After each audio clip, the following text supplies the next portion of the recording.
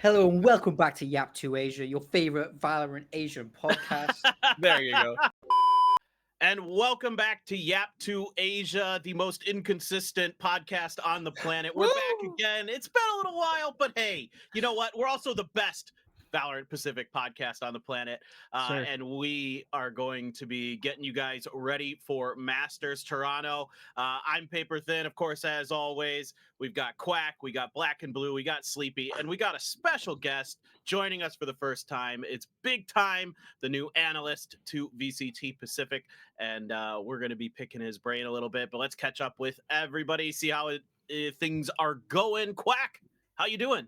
Doing okay, I guess. Kind of missing everyone for sure. And I don't know, making sure my grandma eats healthy. Had a bagel made. I saw your picture. I made a bagel. You made that? She was eating ramen or something, wasn't she? Like store ramen? Yeah.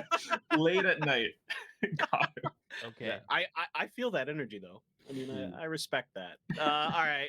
Black and Blue, what's up, my brother? I am doing good. I have something to show to start off the show. Oh, good. Oh, here we go. This ought to be good. I received this today from my sister's boyfriend. He's trying to win me over. And so he gifted me this. It's an original PlayStation 1 signed by Come on. Ken Kutaragi, the father of PlayStation. And in return, all he wants is a riot gun buddy. So I gotta make that happen somehow. Fair exchange, if you ask me. Yeah. I'll take that. Yo, I'll take that. Is he single? Like, I mean, if you don't mind, moving over. If you that's sick. That's great. Oh, Yeah. what a chat. That's a great. Yeah, I was like, that's one way to win me over. All right. Amazing. Very nice. Okay. All right, Sleepy. Yeah. What's new in the land of you? Oh, well, something new is I am picking up a new sport, tennis. It feels like I'm starting over my competitive journey all over again. It feels like I'm learning Valorant all over again. You know, all the crosshair placement, the counter strafing. I'm missing everything, by the way, just a disclaimer. But it's fun. How's your backhand? It sucks balls. I'm sorry to say that here, but it sucks balls. But I'm trying to one-handed, so big aim, big goals. You're one-handing your backhand, okay. Yes.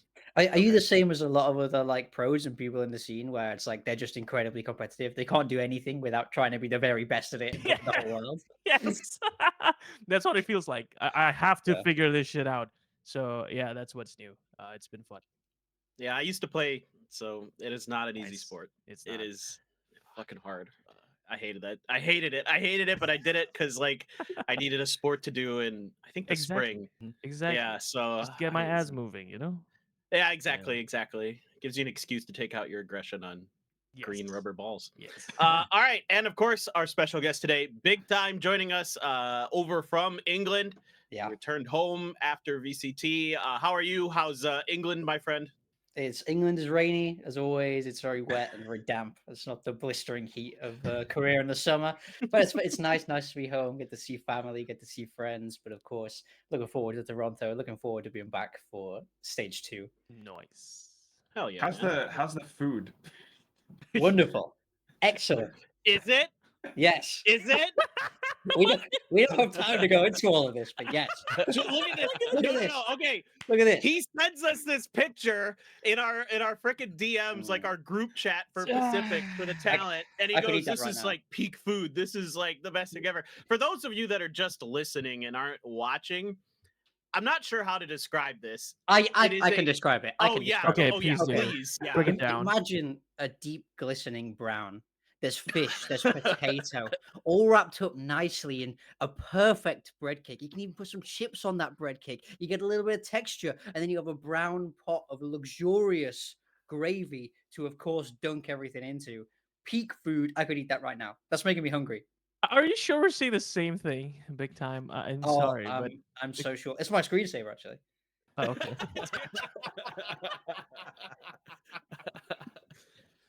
That's hilarious. This is not appetizing at all to me. I'm sorry to say. You'd have to try it. You'd have to Well, try it. I'll try everything for once, right? So I would try it. I yeah. mean, but I will grant you, it doesn't look the best it's ever looked. Okay, at least he admits that. But it is Fair. tasty. Fair. I mean, if it tastes good, that's all that matters, I suppose. Yeah. Okay, so enough about that because I can't look at that picture anymore. Take it away, Johnny, please. Okay, so a little bit of kind of backstory, BigTime, maybe lead us into, your history, how you got into esports, how you got into Valorant. We know a bit about you personally, but maybe for the fans at home, what's the BigTime arc? Yeah, so Valorant was my first ever esport. Like I grew up watching esports as a kid, mostly like Dota and stuff, but it was always like, oh, well, that's cool. Like I'm never gonna be able to do it. But I was like, this is cool. And then I went to university, I got my degree, and in my like second year of my degree, COVID hit. And that's when like Valorant started to come out. So I was playing sports and stuff before, and then all of a sudden you can't do that anymore. And my brother actually got into coaching as well a little bit before me, and I thought it was interesting. So then I just started kind of working with like a UK team, and then we started doing well in the UK, and then it's just kind of like the timing was so perfect where it was like just as I finished graduating my degree, I was kind of ready to like commit, go full time. So then I coached a little bit in Europe, and then of course franchising hit, Global Esports approached me, and then went out to Korea, spent 2 years out there coaching with them, and now doing some talent work. Like I still have no idea how that kind of came about, but I'm very happy it did. It just kind of like things seem to just fall well for me. What can I say? I just kind of like nicely looked my way forward in it all. But yeah, coaching is like my main background, and I love Valorant. It's like I said, my first ever esport. So I was kind of blown away by how well I've been able to do with it. Nice. And for people who don't know, BigTime's twin brother is Bambino, the assistant coach for Koi, correct? Yeah. Wow. Yeah. So it's a family thing, as there are many cases of that in Valorant, as we know. But he does look just like you, but his hair is way better. So yeah, time, but... he's just finding new ways to hide the receding bit. That's all it is. Do you think if you wore a wig, you could swap in for him for a day? They wouldn't notice. Absolutely. I think I definitely could. I could get away with it. But, it was always nice having him coaching in Europe while I was coaching in Pacific because if we were both coaching in the same region, you can't really talk as much. You have to be sort of on the lockdown about what you say. But because really the chances of us playing each other were next to zero, we could always kind of talk, and I'd hear what the meta was in Europe, and I'd tell him about like what I'm seeing in Pacific and all that kind of stuff. And it was always nice to be able to kind of compare notes in a way, because the way the two regions play Valorant is very, very different. So it was always quite interesting to hear about what was going on while I was away from Europe. Can I pick your brain on that a bit? Like, if you said the two regions play very differently, but what is that one major thing you think is? I think it's pace, right? For the most part, where it's like Europe comes from the old school like CS:GO style of like it's slow, it's map control, it's sequential, it's like it's very push and pull, and Asia has kind of adopted a much more fun approach to the game, where it's like I think they can do all of that. It's not that like they can't play slow. It's like, well, what if every now and then we just 5 months slam you on B? Like, what are you going to do about it? And then it works. So, okay, we're just going to do it one more time. Like, can you stop this again? And they don't mind kind of leaning into the kind of like rock, paper, scissors element of it a little bit. I think it's categorized by risk. I think Asia is not as afraid as Europe. They don't mind making mistakes. They don't mind taking risks. And if it doesn't work, it doesn't work. But I think that's what makes Asian Valorant so fun to watch, especially because there's so much happening, and it's not just like, oh, guys, let's shift walk. I get bored of that. Okay. Yeah. I love watching EMEA. I love just what? Excuse me. It's sarcasm there. It's a little bit of sarcasm. A little bit of sarcasm. Actually, there's some really fun teams to watch. Healthy, but for sure. Yeah. So you did some coaching during COVID locally in England. How did the GE call up happen? Like, were you friends with Spin? Like, what was the whole like kind of situation there? So I had worked with Spin in Mad Lions, which we were in Europe, we were playing in the French league and we finished second. We did pretty well. And then after that, the sort of like partnership model was announced, and Mad Lions didn't get in to the partnership, so they kind of disbanded their whole Valorant operation, which is fair enough. So then I was kind of like in this limbo of like, oh no, like, well, what do I do now? I need to try and get in a franchise team. And but I was kind of prepared to go anywhere. And Global had already approached Spin about like an assistant coach job. So I was just chatting, like catching up with him, and he was saying that was probably his plan. That's where he's going to go. And he said, "Oh, I think they're looking for a third coach. Like, you should reach out. You should apply." He's like, I can't really make any promises. I can't help you with it, but it's worth applying because they want a third coach." So then I just kind of sent all my stuff in, like reached out to them, applied. And then they got back to me. I had like a series of interviews, spoke a lot with the Razor and the management, and then yeah, they wanted me. And I was more surprised than anybody, to be honest. Like, I did not expect to ever go to Asia, to be honest. I never really thought I would live there, work there. I'd never even thought about it. And then they were like, "Okay, yeah, we want you to come out to Korea, come live in Korea." And I was like, "Okay, why not? Yeah, let's do it." But how'd you find the food though? So when I first got there, I remember the very first time. So I landed, got off the plane, and we went straight out for food with the whole 2023 team. And we went out for dak galbi, which, if you don't know, it's like chicken and kind of like with vegetables and like this kind of spicy sauce. And we had it with like melted cheese. It's really nice. But I just got off like the 12-hour flight, whatever it was. Went straight there, and I sat next to Texture, picked up chopsticks. I'd never used chopsticks in my life. And I'm trying to pick up these bits of chicken. Texture just looks at me, he laughs, and he goes, "Ha, ha, ha, you're like baby." Classic What do you Texture. mean? And then I was trying to eat this food, and it was so spicy. And then they were like, "Yeah, let's get some soju." And I was like, "Oh my God, I've just landed." And I remember just being like, "What am I going to eat here?" But over time, I've got much better with the spice. And actually, I've grown to quite like the food there now. It was only this is my third year there. It was only this year where I got really into kimchi, where I just had it in one restaurant. And I was like, oh my God, like I've been sleeping on this the whole time. I've just been wolfing it down. So yeah, I'm actually not bad with the food there. And it's, I definitely like it. I think it's great. Restaurants are so cheap, so you can always go out and try different food. And that's a great part of the culture, I think. You're very cultured now.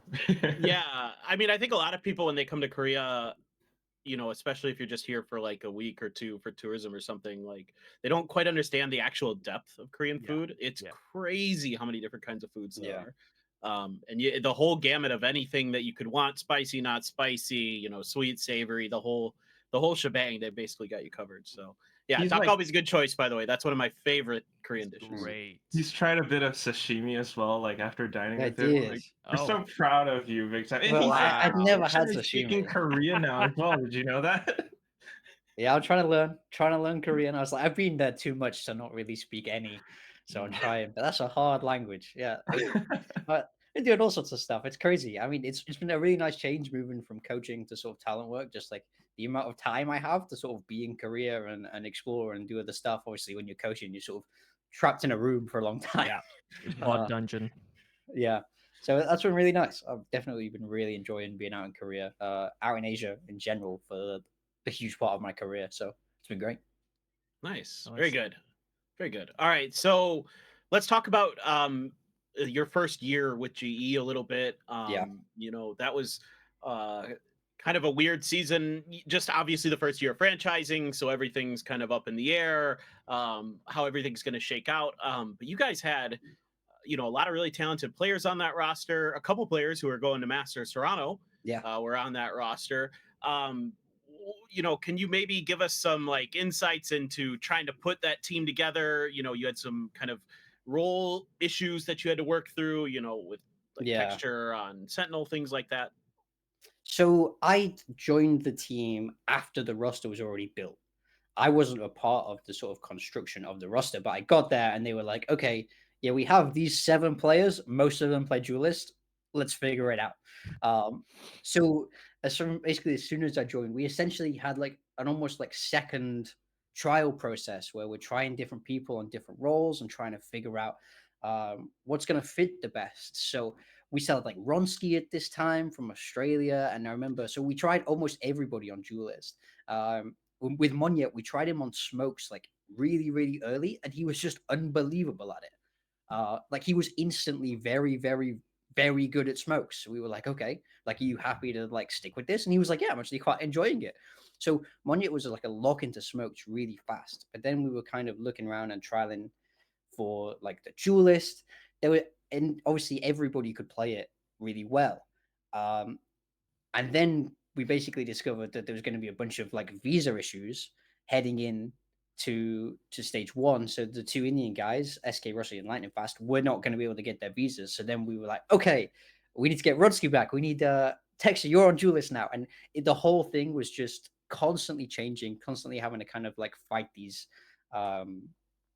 battles for the roles in a way. But I don't really regret it. I still think that team could have been drastically better than it was, to be honest. I think it was sort of so close yet so far. Maybe if we didn't have those visa issues, who knows? But yeah, so then like people always talk about the texture move to Sentinel. So what happened is we had texture on Julius for the first 4 games of the season. I think it was. And he just wasn't doing that well. Like he wasn't all popping. And I think a big part of it was, especially when you compare him to how he is with Gen.G, that's a full Korean speaking team. Like a big problem that we had with him is his English, like he could converse with you in English, but his English wasn't amazing to the point of what we wanted from a duelist. Like I'm used to working with duelists that are very, very in control of that pack, that are like, I want you to flash for me here. I want this recon here. I've noticed this gap. Like they should be almost like secondary calling. Like I want them to lead that main group.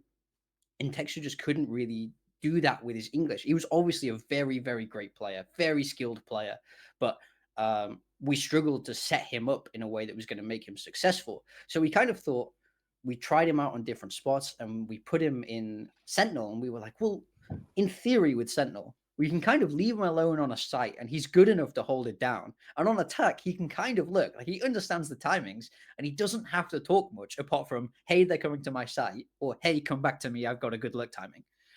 So we tried to simplify his communication by putting him onto the Sentinel role, and his stats shot up. Like he actually played a great Sentinel. Like I thought at the time, we didn't even doubt it. I think it's only because obviously he went to Gen.G and started absolutely cooking in 2024 that it makes us look very, very stupid. But yeah, I think a huge part of that was definitely the language. In like, yeah, that's fair. Speaking to Bazzi as well, Bazzi said when Texture's talking in Korean, he's so vocal in the game. And he wasn't, he just wasn't able to be as vocal as he could in English. Yeah. So that was a big part of it. But yeah, no, I actually had a great time with this team. Like this roster was actually really good, really talented. Honestly, we should have made playoffs. The whole thing was just super up and down. I say we had visa issues, and don't want to blame too much stuff outside of the team, because obviously there's stuff we could have done better. There's stuff we could have done better as coaches. But I did enjoy that team a lot. Honestly, it was a lot of fun to work with. I still have a lot of love and respect to everybody on that team, and it's so nice to see Texture and Monyet really having success. Now they're away from Global, obviously both heading to Masters Toronto, and yeah, I'm so excited to watch them play there. Nice. Damn. Awesome. Very good. So 2023, up and down year, Yeah. but still good memories. 2024, a very different G comes in there. Obviously, completely different. It seems like a different approach with how you guys are building the roster and everything. Like, what is going on in 2024 then?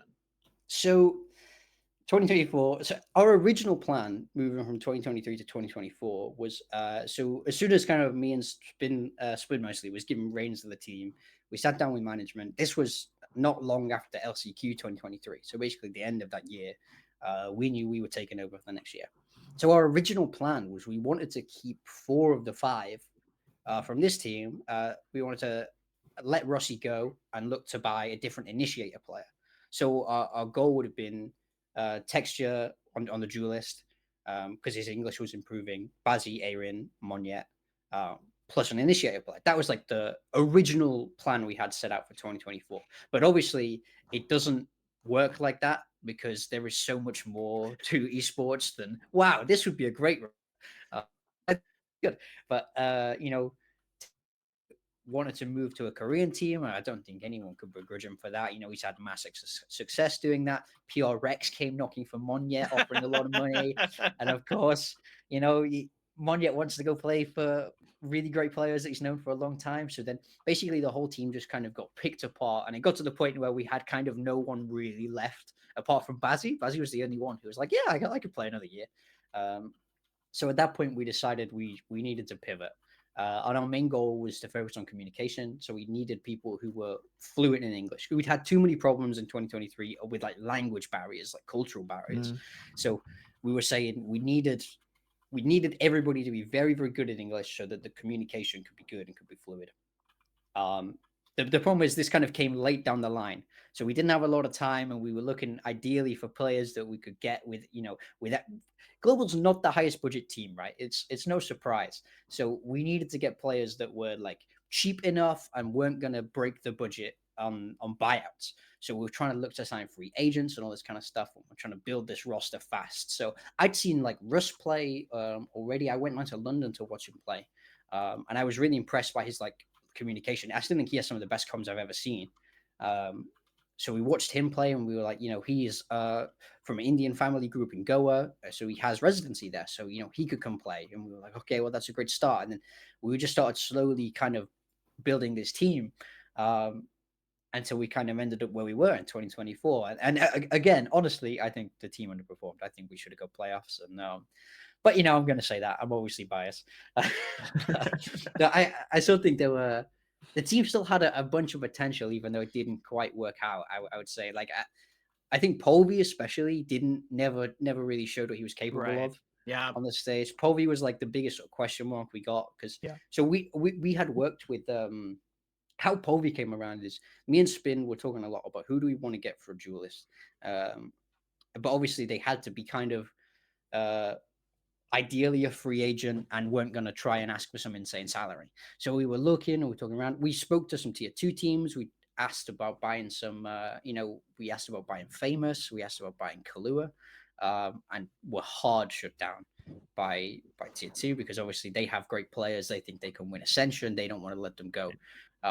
Certainly not for cheap, which is fair enough. So it got to the point where we're like, okay, it kind of has to be a free agent. And we were talking about the qualities that we want to see in a duelist. And we said, we need somebody with like really excellent communication. We want somebody who's really high energy because we kind of needed a vibes guy still at this point. So we wanted like this high energy, not afraid to die duelist, because there's nothing worse than trying to work with duelists that are like sort of baiting the rest of the team and are too slow. Like I hate that. So we said, let's have somebody who's not afraid to go in and die. And we were discussing, and we both said, oh yeah, we want someone like Polvi, because we both worked with Polvi. And then we kind of stopped and we're like, wait a second, what's Polvi doing now? And he was okay.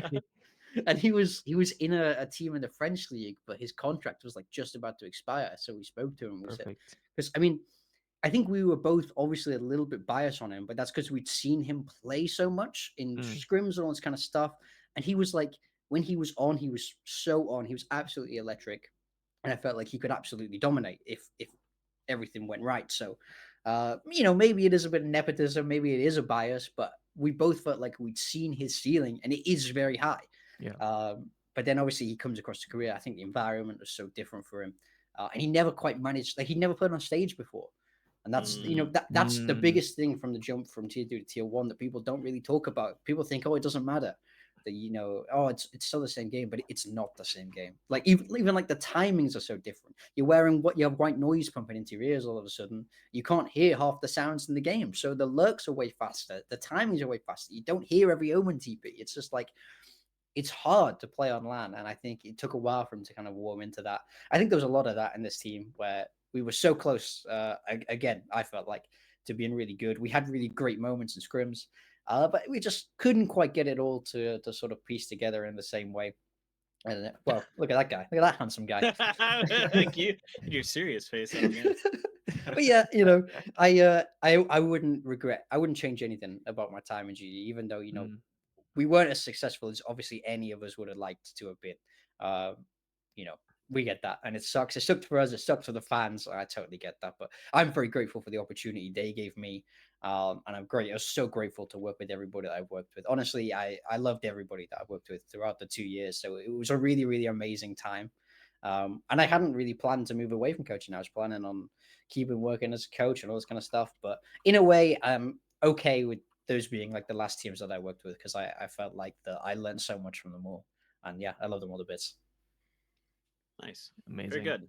Yeah, no, I mean, I truly have never had anything but positive interactions with GE. Everybody, like everybody's always so nice. Like, really enjoy bumping into the people whenever you guys are around. And yeah, so we're happy we got you though on Pacific. You get to you did to join us there.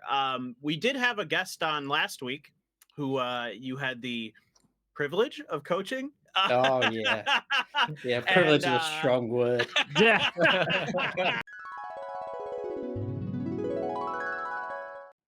Fuck BigTime, bro. Guy's a twat.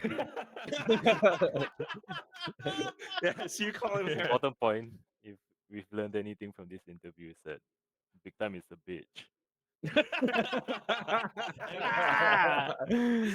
And but we get to see that Benkai is moving into a coaching role now. Yeah. So this is kind of cool. Like, obviously an IGL seems like a natural fit. What are your thoughts? Like, you could be serious or not. Well, number one, I think he wants to be me. He's clearly trying to copy me. Number two, I do actually think he'll be really good at it. Ben had like the most interesting mind for the game I'd ever seen. He didn't look at the game in the same way anybody else did, and I think that's obviously so much time at Paper Rex. They played such a unique style that he was a part of for his whole career, essentially. So sometimes we would look at comps or we would look at problems we were facing, and he would come up with incredibly unique solutions, really, really great strategists. So I do think he'll be able to add a lot as a coach, and I wish him all the best, but also kind of wish him all the worst. Look at that smug face. I love it. Clearly trying to copy. I mean, the head coach is Spin as well for this. Exactly. Yeah. He wants my life. As long as he doesn't want your taste in food, then we're Well, we went to Singapore as part of the visa process, and Ben showed us around Singapore, showed us all the Singaporean food, and I was not impressed. I've got to say, I'm sorry. Excuse me. I was not impressed. You gonna take that, Quack? You guys gonna take Singaporeans. Some examples of what you sampled in Singapore, please. I had laksa, I think it's called. Okay. Yeah. I remember that one, and he was hyping it up. He was like, "Yeah, this is the best Singaporean food. You're gonna love this." And it was like these weird, like fishy noodle things. And I was like, "What?" I was like, Is this a fishy noodle? "Yeah, it definitely had. It was for sure fish." And I was just like, is. what am I eating here, man? This was Just because you don't terrible. like fish, you don't like seafood. I don't mind seafood. It was too much. And then he was like, "Oh yeah, you guys never had durian? I'd never even heard of durian." Okay, Oh, that's a little kind of like durian's a bit of an acquired taste. I didn't level eat of any durian, but I was just Okay. blown away by like the signs where This- it's like, mm. "Don't you dare bring durian onto Yes. this train. You'll Yes. get arrested." It's like, what Yes. do you mean? It's a fruit. what about Haidilao hot pot? What's your take? Oh, Haidilao sucks. I'm sorry. Whoa, Yo. whoa! I Them- might them just have to fighting end words. this podcast right all here and take him now. out. Take him out. It's They're- boiled meat. That's it. Yeah. You're you getting get, like- meat. You're cooking it the worst way. You're boiling it. What do you No, mean? you put it in like different, types of sauces. Yeah, you can make your dude. own sauce. There's vegetables that you dip, and I don't. There's wanna make my own definitely sauce. more nuance to that than what we saw at the start of this podcast. Oh, That's not even what I'm close. gonna say. Not even close. What? I understand this is a controversial take Let's on go it. Peter I am right not there. from Asia. Let's go Peter. Haidilao Okay, is a all right. staple. But I went there and I was like, they were like, "Okay, yeah, you can make your own sauce." I was like, "I don't want to make my own sauce. I'm in a restaurant. You make the sauce for me because I don't know what's good." And then they were like, get all that done. And then they're like, "Okay, yeah, now you just put the meat in this water and wait." And I was like, you're kidding me. I just boil bits of meat. the water's flavored. It's Yeah. not like it's just water. It's I like was eating Korean it, barbecue, but It was edible, but I was like, it's just boiled meat. That's it. All right. Just Make a prepare note to a hot myself. meal. To only talk about Valorant stuff with BigTime. No more talking about food. All right, fine. All right, so Say- all right, let's move on to now 2025. You're picked up as an analyst.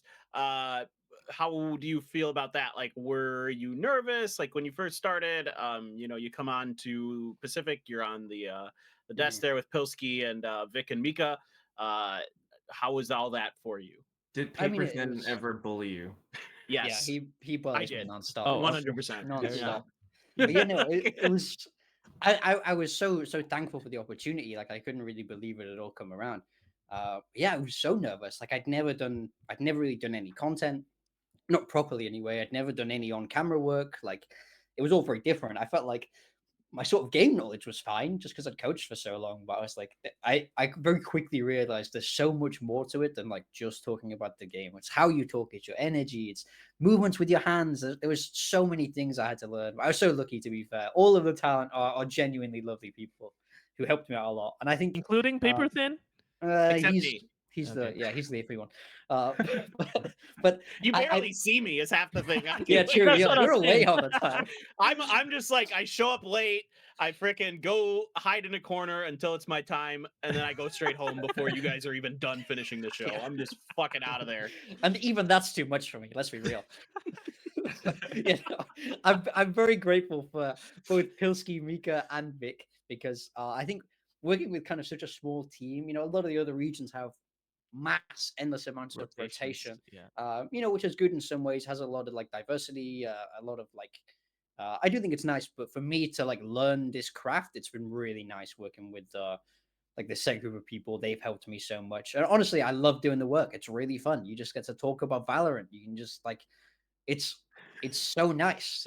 You know, that you're also missing a lot of like the stress from coaching in a way where I Right. was so used to being like so stressed the whole time I was in Korea. Like we were losing games and I'm like, oh my, you know, I'm gonna lose my job. I'm stressed, I'm stressed, I'm stressed. And now getting to do this work, it's so lovely. It's so refreshing. It's definitely the way forward for my career. And it was something I always kind of wanted to try, to be honest. I always thought like when I'm done coaching, I'd love to try going on the desk. I didn't really realize that it would be so soon. Right. To be honest, but I felt like the opportunity was just too good, so I wanted to give it a go. But yeah, it's been a massive, massive learning curve. Like I don't think I appreciated the art of desk work or even casting really before, uh, and all the extra nuance that has to go into it all. And the people who are the very best at it, you don't even notice them doing it. It's one of those things where you only notice it if somebody gets something kind of drastically wrong, or if their like body language is terrible, you know. And when I started, I was definitely making a lot of those mistakes, but I think I'm slowly getting there now, and you know, it's definitely made me really appreciate the craft of it all. There's What do we definitely got been here, other very Johnny? difficult to work with. BigTime in particular, I don't even know why he's here. No, He's not wait, from yeah, the we region. got. You said I'm the one who Global. bullies I you, guess but I that- think it's that actually is somebody your job. else. My first day, Your roommate. It's terrible. but everyone was Your so response, nice. sir. My first day, Yeah. everyone was really lovely to me. Everybody's very helpful. Apart from Pelsky, he's the only one I There you got go. in touch Yeah, okay. with. My favorite bit of every day is getting to kind of walk away from him. I remember. I love that. I say that, but we live together in Korea, so I never get to walk away from him. He's always there. You come home to him. Exactly. That's Instead. the worst bit. No, I love Pilsky. Actually, every Australian person that I've interacted with is always amazing. They're just happier British people. I would say. When you guys go home, do you guys sit That's on the true. couch like the same way you do on panel, like one left, one Yeah. right, always? Yeah, always. It would be weird if I was sat on the other side of him now, even when we were walking. I see. Yeah, you're set. You got your set roles now. That's good. Yeah. So do you? Let me ask this then, since you know, obviously, like a lot of us you have been doing broadcasting for a long time. Were there any things like early on, like tips or tricks that really helped you out, like that you really like, whether it be something you figured out yourself or somebody told you, that like quickly kind of got you acclimated with the environment? I mean, like the very first bit of advice I ever got, I think it was from Miko, where she was like, "It's just a conversation." So like at the very start, like my very first days, I didn't even like look at the camera, and I was just gonna have a conversation, and you know that was good because it sort of got me very settled into doing the work. So I think whenever we would have guests on the couch now or anything like that, because you can tell some of the coaches are nervous because they've never done camera work before. That's one thing I would always say to them is like don't even think about the cameras, it's just a conversation. But then of course, like I've had so much good feedback from lots of people where it was like I remember watching some of the kickoff ones and I was sat in this like this like really strange posture, and I had like my hands like covering my body. So then I got told like, oh, you should relax more, like open up your body. And then like the next week you can see I'm like lounging like this on the couch, and then Too relaxed. Too yeah, relaxed. and then I get told like, no, that's too far. Okay. It's still a business environment, and it's stuff like something Pilsky told me that I thought was a really good bit of advice. He's like, the camera is another person in the conversation. So in the same way, when you're in those kind of desk environments, you're looking around to the people that you're kind of working with and including them in the conversation. He's like, hey, you just have to do that to the camera. You just have to bring the camera in to try and like engage those viewers. But this is what I mean. Everybody's given me so much feedback and advice that's been really helpful. I could list it all for hours, to be honest. Like I said, I didn't really realize how deep the rabbit hole went to getting good at this kind of stuff. But yeah, I think those are the main ones that really helped me. Okay. Sort of I settle have in. follow-up question. Like you said, your base is coaching, right? Did Mhm. that help you in any way, apart from the game knowledge, obviously, in transitioning into this new role of being a camera talent? I think like a huge part of coaching that isn't ever really touched upon is it's a people-based role, Yeah. right? Where Yeah. it's like you have to be, you have to be strategic, you have to work with data. There's all this kind of stuff, but mostly, especially in person, like tier 1 level coaching, you have to live with everybody. You live together as a team, you eat together as a team. So a huge part of coaching was actually learning how to just like work with other people, how to like get the best out of people, learn what they need. So I think I'd actually had, in a way, coaching set me up for this, because I felt like I just understood working with other people in a way. So that helped me sort of connect with the talent that I was working with, and in turn helps them get the best out of me. I think coaching is relationships, and talent work is also relationships. Like if me and Pilsky like genuinely hated each other, I don't think we could do a good desker. Yeah. So I think almost all of the work in esports, that's a big piece of advice for anybody who wants to do anything in esports. It's all people work. You can be very good at your job, but if everybody hates working with you, you're never gonna get hired. So be nice. That's my advice. Okay. Nice. And often that is the hardest lesson for people to learn. Whoa, whoa, whoa. Crazy. Yeah, it is that. You're absolutely right, though. I mean, Yeah. it is a big part of it. Yeah, for sure. All right. Any other big time questions before we move on to the rest of actual Valorant world? Actual Valorant world. Yes. Nothing. We're good. Okay. All right. So we have some stuff coming up. First, I guess Jwandi wants to make us suffer and go over our predictions or our pick'ems from stage 1 from when we had Benkai on. Spoiler alert, we did bad. We did real bad. We're terrible. We oh god, T1? we had T1 winning. Oh, my god. Lord. Did we really do this? No. Oh wait, I was here. Okay. Yeah, that's I why. just, this is you guys Guys, can take over. I'm out. This is awful. What am I looking at here? This you should have got me on last week. I would have Oh, fixed God. this. There's no way. Okay, Red- Wait, how comparing were your this- predictions? How were your predictions? Yeah. Mine. The only thing I really had wrong is, so I had the 3 teams going were I Actually. had RRQ, Paper X, Boom, and it was Gen.G. Okay, that's not bad. Like Yeah, predicting, I think it was That was both the of you, Indo right? Copium, right? Yeah, I RRQ, was Boom, was Paper X. believing. I was believing in Indonesia. I love it. Well, we did okay with Gen.G here. Yeah, we did. We got that part right. Sure. And then we really screwed the pooch with RRQ. Non-believers. Well, at least I'm so Look- happy for RRQ. I do Oh, think yeah. it was hard to predict RRQ. They put on. I was fueled by copium making my pick'ems. So I can't really blame people for not really picking them. But they Yeah. had a great run of playoffs. No, but I think RQ this year at least they kind of started off pretty okay. I think, especially with the addition of Kushi. Like I think people Yeah. started to rally behind the team, and we can kind of see that like in their performances, right? In their previous matches before the stage 1. I think in general, like in the consensus is that RQ is now a contender team, but Yeah. no one's really been able to kind of believe fully in them yet. But I think they were always up there this stage. And this win by RQ is just going to push people more towards the side of the support line. And I think it's fair to them. It's like Yeah. statistically, potentially, it's all there. I Yeah, think yeah. contextually, nobody's really seen enough of Exactly, it. exactly. That's No, the yeah. only thing. In Quack's defense, that's kind of what he said too last episode. Like Right, we've right. always looked at RRQ as looking like they have the pieces to make it work, Yeah, but they yeah, don't, yeah. or they aren't able to convert that into the wins. Well, this Mm. time they finally were. Yeah, And they historically, that's also, been the case, right? Yep. yeah, they also dropped the game to Team Secret at that one time. Yeah. Well, Team Secret always beats the best team and only that team. Yeah, Like, that's right. That's also true. right? It's weird how that works. Yeah. They like to call it classic Filipino crab mentality. Pull down only the guys at the top. Well, Okay. I mean, I think, yeah, I mean, I think they have that killer instinct now, right? Like, especially Jemkin. Like, he Oh, is maybe that the best man. player on the planet right now. Yeah, yeah. Thatcher just rated him like what, first, right? First, yeah. First, I mean, and I was shocked that they did, because usually they're pretty anti-Pacific. But I mean, well deserved, in my opinion. I don't see how. I mean, there's a few other players I guess you can make the argument for, but I think, like, in terms of the individual impact that somebody's having For on a sure. team right now, it's Jemkin is number one. I mean, he has to be. Yep. 100%. No, I've been blown away by Jemkin this year.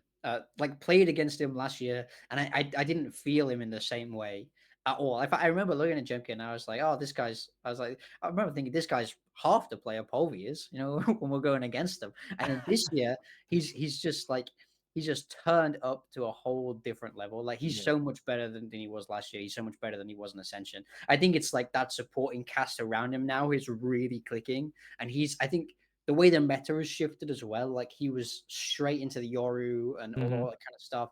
It's such a good fit for him, and I feel like, I think he probably is the best player in the world right now. Yeah. I mean, I also want to give a lot of credit to not just the coaching staff, but like the entire RRQ staff for the way they've been putting this team together. Like, because it's been bits and pieces at a time, right? It hasn't been like sweeping changes. It's been like, we need a new IGL, or we need a new initiator, like, Monyet's available, like, like, let's see what we can do. And so, like, they're just kind of finding small ways to upgrade. And over time, it's really coming together nicely. Because this year it's Ewok and Warbirds, yeah. Yeah. Oh yeah. Yep. I remember specifically the day before the grand final, they were kind of talking about like the work that they had put in for the was it upper finals or lower finals? And basically neither of them had slept like much at all. Like, it was Warbirds to do the first shift of the work, staying up all throughout the late night, and then Ewok would get up super early to download that information and piece it together for the team. And like, I think that's the stuff that fans don't always get to see, but like, they should appreciate it. Yeah. I feel like Warbirds is one of the best signings for RRQ. I remember when he was on Team Secret and we would play against him, they just had every time their anti-strats were so good against everybody. So when we played against Secret, when Warbirds was there, we didn't even like really look at their gameplay. We just watched our own games back and anti-stratted ourselves to try and see what they would see. That's like how they came up with their game plans. Because we were like, this guy just absolutely has the source with anti-strats. He was so good, and you can see him joining RRQ. It's like such a fantastic pickup. I mean, I think that's the power of good assistant coaching. I am biased. I do think assistant coaching is important. And I think he's a wonderful pickup. And like you say, Paperton, I think the way they build their roster, where it's slow, they just change one piece at a time. It lets you keep that core. It lets you keep the same culture in place. If you blow it up and start again, I've had to go through that. And it's hard. You have to start from scratch. You have to build a culture again. You have to build an environment again. When you just make changes, they already, like, that player comes into a culture that's established. And that's how you build real long-term success. So I'm so happy to see them do well. I think they've done everything right. So it's really nice to see that be rewarded. Yeah, case in point, they've had Ewok and X Pharaoh from the inception Since of the beginning. from the beginning of the VCT Pacific, and I was reminded of this because Quack was talking about how Ewok and Warbirds don't get any sleep. And this is the picture of them getting ready to go to Toronto. Perfect representation. Like Ewok, oh god, he looks exhausted. So you know who else is there since the beginning is their streamer Wilson. I'm sure some of you guys know Wilson from Indonesia.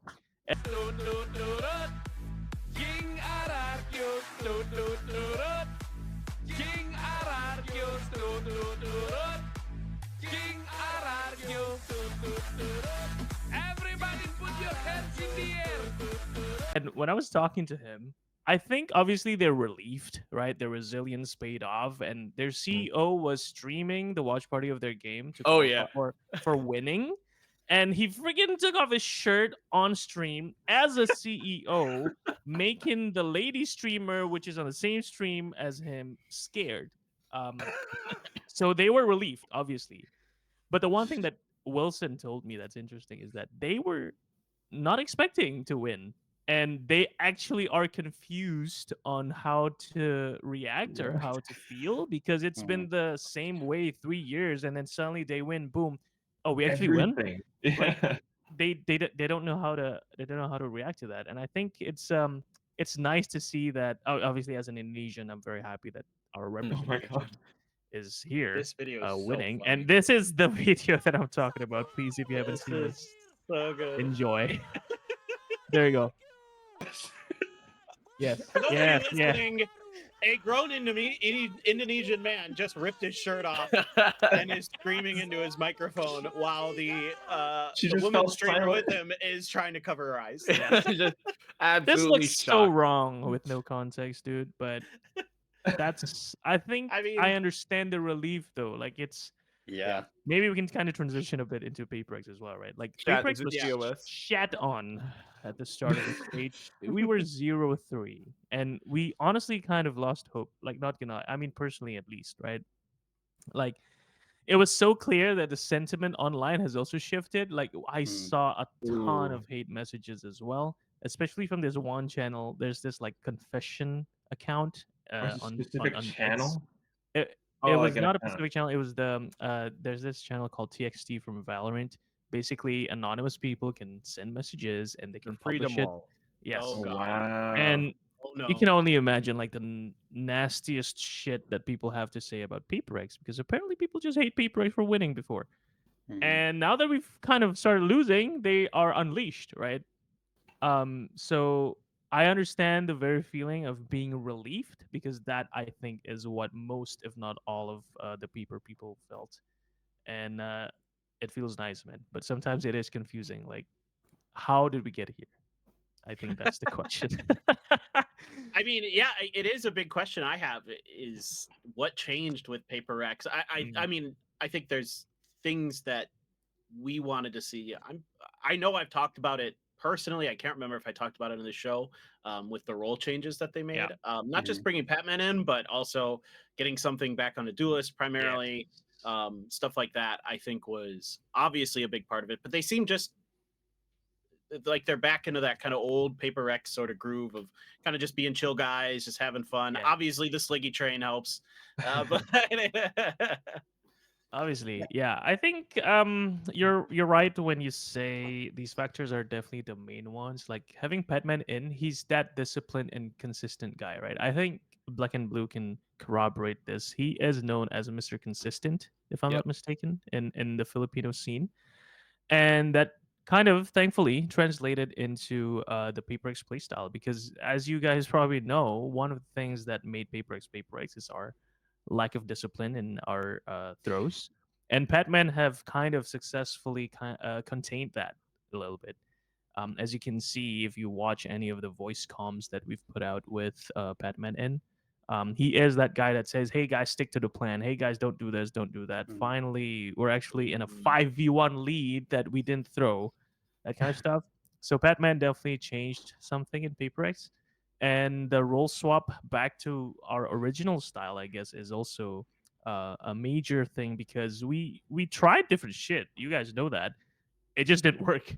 So if we're not gonna work with the new style, might as well just go back to what we were used to and get comfortable again. And thankfully that worked. And some other stuff like I'm sure you guys probably know that we also have a performance coach now. That shows up on stream. You can kind of see the personality and the vibes that he's bringing. The team is kind of positively affecting everyone, and I think it's all this mix of different little factors that kind of helped made this run possible. And obviously the track laid down by Mini is also a pretty good indicator of what changed in PaperX. Would you I say think it was a bit of a like don't fix what ain't broke situation at the I end? think so. I think so. Like I think I don't know about you guys, but as like a observer, not like as a PaperX person, I also kind of saw that, you know, the reason why PaperX got so far before was the style that we brought, and then we kind of changed that, and it didn't work. So I think it was a case of that. You know, if it's not broken, don't fix it. A little And bit, probably. I'm just glad we actually realized it before it's too late. Because missing another Masters would have been disastrous. I Devastating. Ooh. can't imagine. And I gotta Like, imagine it's also like a lot of pressure because seeing a lot of the interviews with like Big Time, Pilsky, Alex on the desk, like the team is feeling a lot of the hate as well. Oh yes. yeah. Oh yeah. I mean, I think when they've been so good for so long, for them to start losing games, like I think I said this on the desk at one point, but it's a different kind of pressure. The pressure of like, oh, are we going to manage to actually win the league instead of come second is a different pressure from are we going to make playoffs, Yeah. and it will feel very different for the players. But I think for me, for PaperX, the one thing that they kind of categorized them most is that ability to have fun. You know, you would watch them, they would always laugh, they would always Yeah. joke, and you could tell when they started losing it. And it's because it's easy to laugh and have fun when you're winning. When you're losing, that becomes a whole different skill. So you could see when they're losing and they don't look like themselves, and they finally get that one win against DFM, and they go, "Oh yeah, we can actually win these games. Yeah. Okay, let's have fun again." And then they start having more fun. They play the roles that they're used to, and it's just a massive snowball effect all the way to Toronto. So I think that was definitely it, where they just had to kind of remember that this is a video game. You know, you guys all Yeah. you're here to have fun, play the game in a way that you enjoy. No, but Yeah. I mean, it's kind of natural that the fans expect that, you know, because Yeah. excellence is expected of the exemplary, and PaperX were that for the longest time in Pacific. So you set the high bar for yourself, and fans kind of expect that. Obviously, fans can Yeah. go either way, but you know, it's part of the nature of the game. And luckily for you guys, Sleepy, at the last possible anime moment is when you finally figured it out. The plot And- armor is strong with this one, I guys. know. Yeah, Yeah. and your record of internationals in a row is secure because EDG didn't qualify. Oh yeah. so- Oh yeah. Yes, you guys kept that. Whatever is it, You're 9, right, 10, or you're whatever right. it is. Yeah, That I yeah. think is more surprising than anything. I don't know I about am you guys. shocked. Yeah. I Mm. mean, I could talk about the fact that EDG didn't make it for days because of what happened there, but we don't have time. So, Yeah. yeah. So PaperX definitely, you guys could say locomotivated to do some damage in Toronto. I think. Nice. Yeah. And then our last qualifying team, Gen.G. Not surprising to us. I think we all felt like this is actually the team that was going to do well. We had them pretty much doing what they did in our bracket. It's just kind of Gen.G as usual. They look very good again. I mean, throughout the season, it was still a little bit like back and forth, right? When it was Fox 9 here and there. Well, But I think that was towards the end, they managed to kind of figure all that out. He's just one of those players that I think has a tough time with the mental aspect of the game, and I don't mean like he's like a negative person or anything like that. He's actually generally very positive. He's got a great attitude. It's that he sometimes, I think, loses focus pretty easily, and he has a hard time kind of making sure that he's doing the right things at the right time, making the right decisions, and that's why you see like teams like DRX and now Gen.G that need to set him down for a minute, get his head back on straight, and then they bring him back in, and he's a fucking world beater again. Which is interesting, you know. You don't usually see players getting swapped in and out and do what he does. So I'm kind of curious. Maybe some insights on this Big Time, or you have your own thoughts. Yeah. Maybe like So we ran like the 7-man roster thing. We tried Yeah. rotating players and we did it all. And like the theory behind it is very good, right? You can have more specialization. You can have like, you have depth in your roster. Like there's a reason all traditional sports have subs. You know, it does make sense. It is a good thing to do. But I think the big problem is esports players are not raised on this in the same way. If you want to play football, you've been coached and you've been a substitute, whatever, since you're like 3-4 years old. You're used to the system. So getting subbed in and out isn't a problem because you're used to it. Esports players, when they just grind rank, most of them might come straight out of school and do this.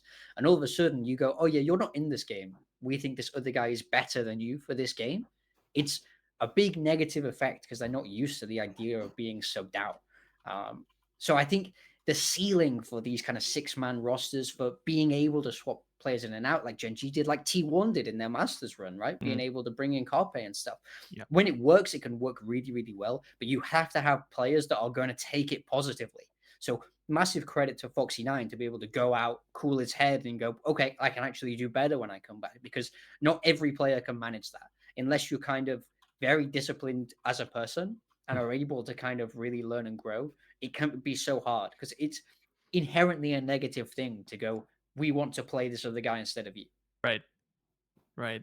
And I just to continue on this a bit, I would argue that the difficulty of running this type of rotation is that much harder in a game like Valorant when you have such frequent changes to the maps, the agent pool, meta changes. Like, compare that to something like CS. That I'm not trying to start the age-old debate here, but it's much harder to swap in and out players in Valorant, I think, because of that very factor. Yes, Yeah. 100%.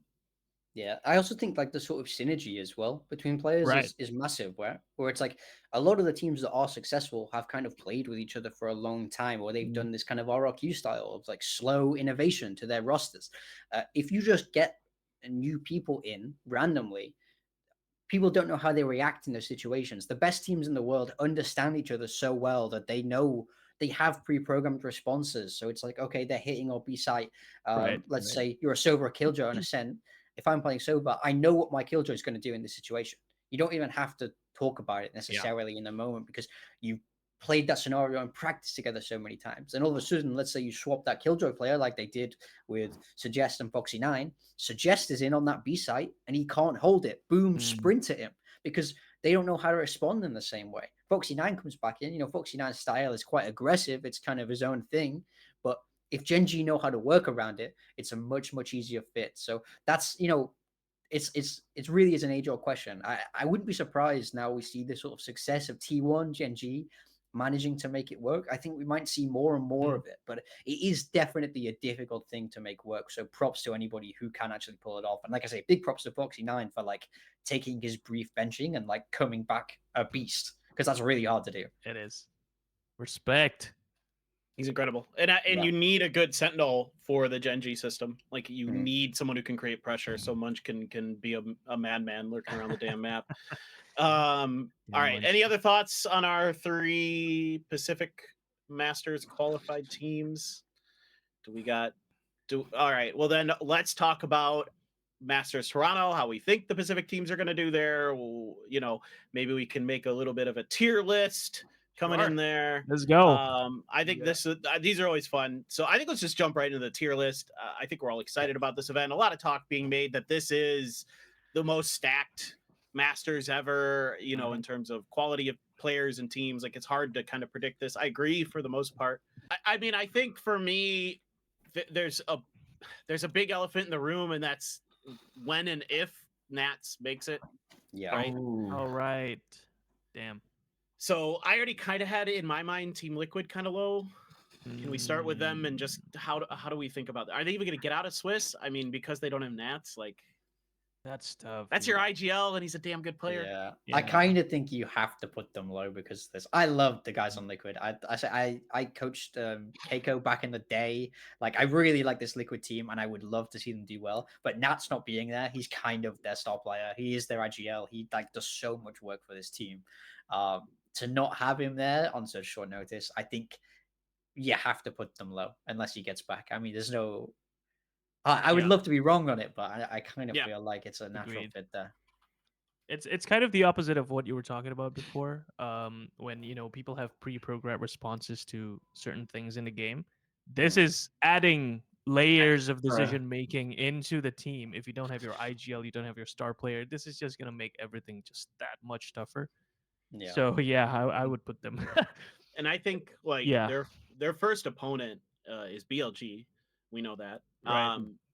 And I think that's actually one of the harder opponents for them to go up against, other than, you know, obviously the big name teams that are going to be like Heretics, Gen.G. But the reason being is that when I watch some of the VODs from China, BLG is by far the most structured, like disciplined team.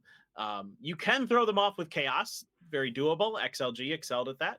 but I don't know if Team Liquid's going to be able to kind of be able to rely on that. Mm. I think with Nats there, I actually might put Team Liquid ahead of BLG, but now that Nats isn't there, I'm actually pretty worried for Team Liquid.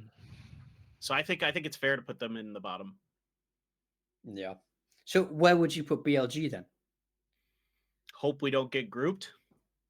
Maybe Script Breakers. I could see them as Script Breakers.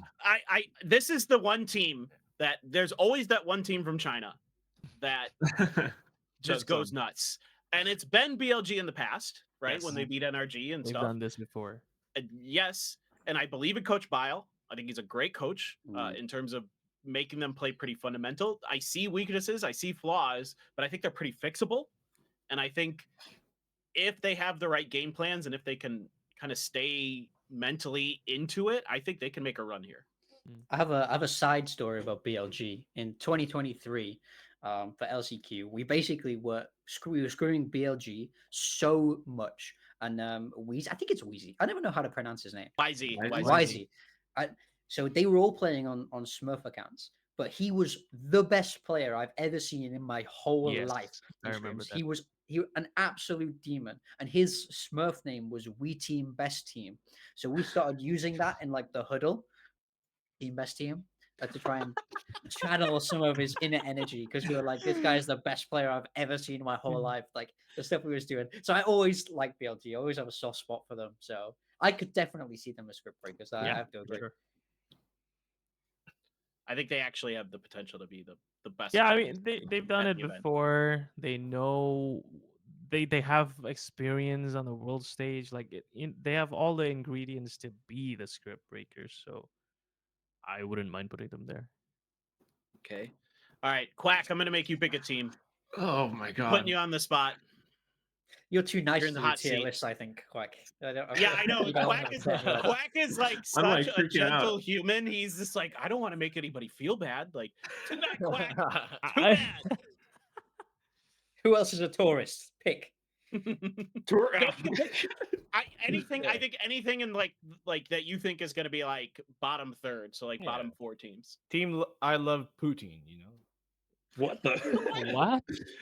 But I mean, okay, before I get into that, can we like just honestly say like this Masters Toronto is by far, I think, one of the more difficult ones to truly kind of like predict and figure out, just because of, you know, apart from game meta shifting around, the teams that we have also is like, I want to put... Oh, that's another huge thing, right? Like so many teams have been Teo reliant. Yeah. Probably not going to use that. It. So it's definitely going to change things up. I like Wolverhampton Wolves. Let's put them in, what do you think? Script Breakers? You think Wolves are going to be Script Breakers? I don't know. I agree with that. It's a little bit wild. Agree with that. I need a justification here, because I actually disagree. I agree with that. I feel like they might even do better against international teams than they do against Chinese teams. They got players like Shufat. They got players like Juicy. Yeah, exactly. And you got Fade as the coach. Yeah, Fade as the coach. You got Yu Kao as well, who has lots of experience. Just some APAC familiarity. Yeah, I do. Yeah, appreciate that Old Bleed is representing as well at this event with Neff and Juicy. Yeah, Ominous there too. So. Yeah, Ominous. Oh, that's right. Ominous is on Wolves. Yeah. That's actually a huge bonus. He's a freaking good analyst. He's good. He is really, really good. I don't know how they'll actually perform, but potentially, I feel if okay, so you guys are high on them. Sleepy, how do you feel? I kind of am leaning towards what you're thinking, Clint, because they don't have the experience. Like BigTime already said it. Like playing on the big stage is a different game altogether, guys. I know China stage is big because it's China, but I don't think it counts the same way as a Toronto stage. As much as I love Hawk, Fade, and as much as I respect the players on the team, because we know how talented they are, like Neff and Juicy, obviously amazing players from their time in Bleed. I think they're a bit lower than Script Breakers, so I personally would put them 1 tier down. I have big hopes for them. Yeah, that's fair. Okay. So BigTime's our tiebreaker. We'll put them in hope we don't get grouped. Yeah, that's where we're. I think for me, I'm just worried that they're going to be the one Chinese team that kind of slipped through the cracks in a way where, as you said, BLG, the way they play, it's structured, and I think they have experience on those international events. XLG, a miracle run all the way from Ascension. I think their style is a lot more unique, and they can kind of bring that to the stage. Wolves are in this kind of weird middle ground where I find it hard to see them putting together a great run, especially when the rest of the field is so strong. I think they Wolves did great in China, but we're not in China anymore. There's massive teams, people who play these events every single year, and people who don't have to do like a 18-hour flight or whatever it is from China to Toronto. Like I find it harder to see them having a run. I think the good news for a lot of the Chinese teams is that they're not facing off against any of the Pacific teams early. I think actually the Pacific teams square up much better against the Chinese teams than the other two regions, at least even historically, right? Like, I mean, I think those are where a lot of those upsets came through, whereas Pacific's done pretty well. Yeah. So, but I think, all right, Wolves into hope we didn't get grouped, I think is fair. Maybe we should just wrap up with XLG, another team that's having to go through some player swaps. Go ahead. Yes. That was my child, please. I knew you were going to put them down after I put them up, so that was a 200 IQ move from me. That was me being nice. And then I just knew. This is where I actually wanted them. Wow. You played me like a fiddle. 5D chess by Quack. Damn. Amazing. Damn. You got I it. didn't know you had it in you. Jokes aside, jokes. All right. You know what? I got my little duck ocarina, and we'll be a little tunes. Yeah, right. Good job, Quack. All right. Should we just go XLG? YOU not going to be there because he has left the team. Yeah. I don't want to talk about the drama because I don't give a shit. But what do we think? He's an initiator. He's not the IGL though, correct? If I'm not mistaken. I don't think so. And so you're not losing that at least. And an initiator seems to be a potentially replaceable piece of the puzzle if you can find a solid one. If you can find somebody who's just willing to be, at worst, a good util user. What do we think? Is XLG going to be able to continue to replicate, like with Rarga just being an absolute beast? Anybody got opinions? It's so hard to say. For me, I would go, hey, we didn't get grouped. I think they look great in China, but like you say, last minute roster changes, and I just maybe I'm not China pilled enough. Maybe that's what it is. But I think BLG would definitely the team I like the most from China, and I would put the others one tier below that. But I don't know. I'm curious what the rest of you think. That's just my take. No, on I this. agree. If we didn't give Team Liquid the benefit of the doubt for the same exact thing, then I'm not sure if we can give it to XLG. Well, this is weird because I just realized they can't get grouped. Or wait, can they? Yes, they can. But no, they're into the playoffs, right? Yeah. Oh yeah, they are. But God was stupid. Tier list wise, Yeah, we're talking about like they're Juanji! kind of maybe first ones at it. I mean, it's just a name. It's just name. Yeah. I mean, I think, I'm kind of with you though that I think I feel like BLG has the potential to be the better performer. Yeah. Is this MIDI? Is that right? Is that like the old sound format? Pianist. And honestly, I think a separate pod to them skipping the group stage, that isn't always a good thing. Yeah. Like you see this all the time where if teams start deeper down a bracket or they skip that group stage, that means your first game is in the playoffs when the other teams have already played however many games from a Swiss stage before you. They understand that stage. They know their way around. They know where the toilets are. They know all this kind of little stuff that might make the difference just because they've been there and they have the reps that you might not have. So I don't always love starting down the bracket, and I find it hard for the teams that do. It's not necessarily the reward that it would say. That's fair. When talking to the RRQ guys, that was one of their concerns too, where they historically haven't really started off stages strong, and so they were making sure that coming into Toronto, that's something that they definitely should address. That they should start the tournament strong because they're coming to the playoffs. They don't have any time to warm up. Okay. Can we rename "Hey, we didn't get grouped" so we can stick XLG in it, is what I'm getting. We need a new name for this. Anybody got any clever ideas? Lore accurate. What's with lore accurate? BigTime. Love the food. Poutine enjoyers? Yeah. Poutine enjoyers? Well, that's kind of enjoyers. tourist status, though. Yeah, That's like tourist status. Sure. A bit more. Bit more than that, huh? Bit more hockey, but hockey's well. The Mighty Ducks.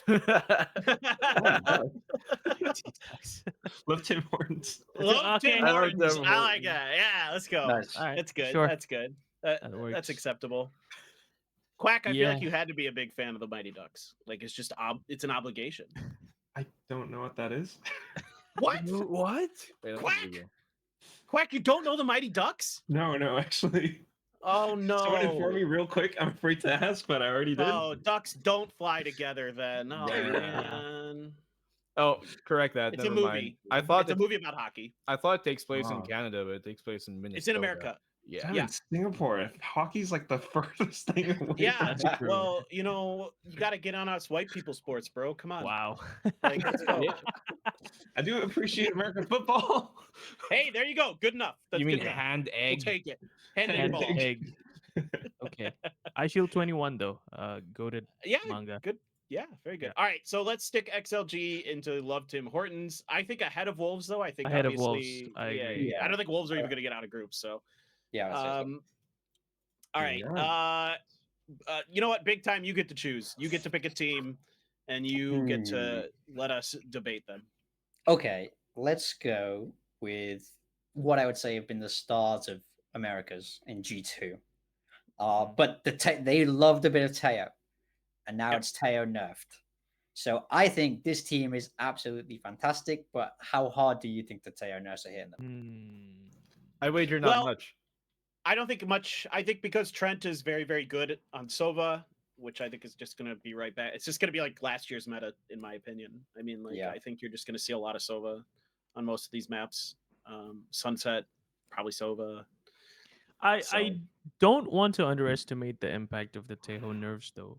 Is in like if you have to move away from the systems that you've built around this agent, like you kind of have to shift a lot of things. Like there's going to be differences in your ability to delay. There's going to be differences in your executes. Pressure is gonna be different. So I mean, granted, they do have time because they don't have to travel that much as the rest of the other teams. I think they're already there. They're I already think I there, saw Valen right? posted that he's already there. Yeah. So given that, I don't think it's going to impact the whole team as much, but there are going to be impacts from this Tejo change.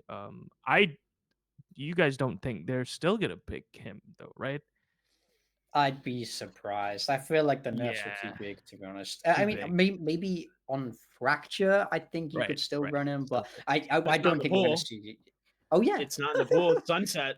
yeah, oh, yeah, exactly. So Oh, right. no, Okay. honestly, I actually forgot about that. But Okay. yeah, I don't really see Teo being Yeah. what he was Yeah. at all. So given that, I would argue that yes, it's not going to impact them too much as a whole, but they're still going to have to do some adjustments. So whatever tier you guys think, I think I'm going to vote one tier down. Well, then I'll stick them in final bosses. Yeah. I'll pull a Quack. No, I mean it's pull a fair. Quack I think it's here. fair though. 'Cause I was leaning on them being my favorites, sort of. I was still kind of up in the air, but Right. I would put them in final bosses as well. Let's okay. let's be serious about this. They should have beat T1 Yeah. in the last Masters final. You know, massive respect to T1, they did it, but G2 should have won that game. I Yeah. don't think there's Oh. two ways about it. And you know, this G2 team have been together for so long. They were good pre-Teo. I think it's time they win something big. For me, they're final bosses for sure. Yep. Yeah, the Teo was never a crutch for them like it was for some teams. They were good without it, as you mentioned. Yeah. Last year, I mean, obviously they were very successful as well. So, yeah, I think put them in final bosses, and I think there's enough of us that believe they belong up there that will keep them there. Although I can see Sleepy's argument for sure. Like I definitely do have Yeah. concerns because they were so Tejo reliant. All right, who hasn't picked yet? Have we all picked one? We got 5 up there. Yeah. All right. Let's do a Pacific team. Let's do Gen.G. Let's do Gen.G. Let's do Okay. Gen.G. Okay. A lot of people seem pretty high on Gen.G outside of this podcast, like in the general I mean, they've VALORANT sphere. won, right? They've won one before. But but Meteor's not yes, here there's anymore. a big Yeah. ass but. The biggest butt. Biggest butt of all. Meteor is the goat. Yep.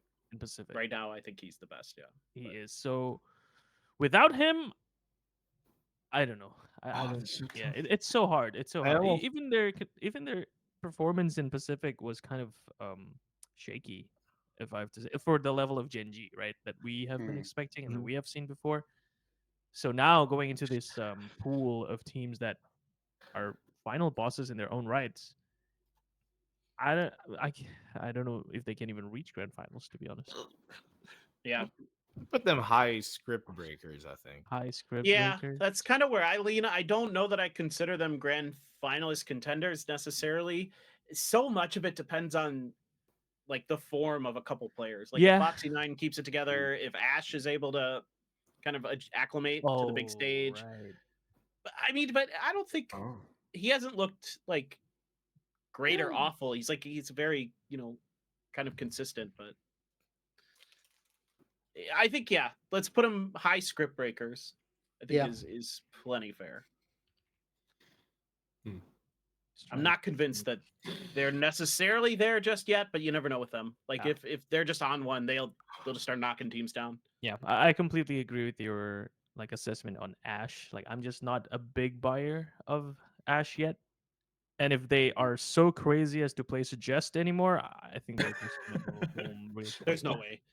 I can't see a world where they put him. Suggest No, is no, getting no. fully, dude. Oh. Sorry, no disrespect, Suggest. Just facts. I love Suggest, and I'm with you. Okay, cool. That's great. Okay.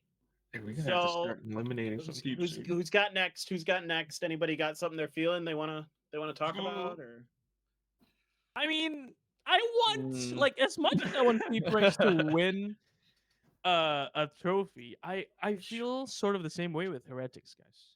Like Heretics? I'm with you. They've been there so many times, right? 2 in a row at one point. So I think I'm not very high on Heretics personally. I think they're way too up and down. So like if they have a good first half of the tournament, I think obviously they'll get out of groups. Yeah. But I don't know that they have the power to get all the way through. That's why I would have put them in grand final contenders. Me too. I would have put them in grand final contenders. For me, I feel like when you look at their stage one, the only team they lost to was Fnatic. Yeah. I feel like But how good is EMEA really? Fair. You know what? Fair. Okay. So where would you guys want to put them then? Yeah. I vote for grand finals contenders, same as VicTime. I would go script breakers. I would go script breakers. How many grand finals contenders can we have? 2, I guess. 3 or 4? Right? Okay. If that's the case, then you might have to put them script breakers. Yeah. It's 3 votes for script breakers. Yeah, do it then. Higher script breakers. Highest, Gen.G. higher than Gen.G. I don't know. I don't know if I agree. You don't think? I think Gen.G's better. I think Gen.G's better. I think Pacific's better. You know what? I think Pacific Pride. better. Pacific Pride. I agree. Gen.G, let's fucking go, man. That's not even bias. I just generally think Pacific is the best region. What does Morgan think? Because he kind of has his foot in both. Yeah. Yeah, how's it? Yeah, you're over in England. Pressure's on. Yeah, I would have gone the other way around, man. I feel like Heretics have them all together. No, I think I respect the rules of democracy. I respect it. It's fine. We can go with Gen.G. Okay, well, speaking of Pacific, then let's go with PRX. Where are you putting PRX in all this? Because now they have this momentum. They've managed to qualify. Where are you placing them? Now, for me, they are grand final contenders. I think it's clicking for them. They're back in form. It's all coming together bit by bit. Track by track. I would say at least script breakers for PRX, to be honest. I mean, they've been here so many times. Hell yeah. No comment. Sleepy usually abstains from these Yeah, conversations. but Yeah, I will say one thing though. I generally don't like when people think of PaperX so highly. So I would vote for them to Tourist be a bit status. lower. No! Don't go that far down. Script breakers, I would love them to be script breakers. Wait, they have to play Heretics first, don't they? Yes, correct. That is a hard match. That is a It's hell of tough. a match. It's tough. be I'm honest. scared. Yeah. I'm shaking. I hope I'm Um, casting that. You should have, man. You should have. I would love to, but I don't know yet. Well, actually, I do know, but I can't say. We'll see. I would love to cast that match because I think that's going to be the hypest match of the first. That's why it's opening the round. opening match. Right? Blink twice if you're casting the match.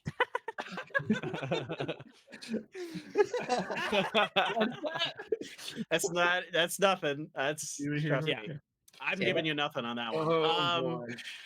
I'm pretty high on Paper X because no Tejo.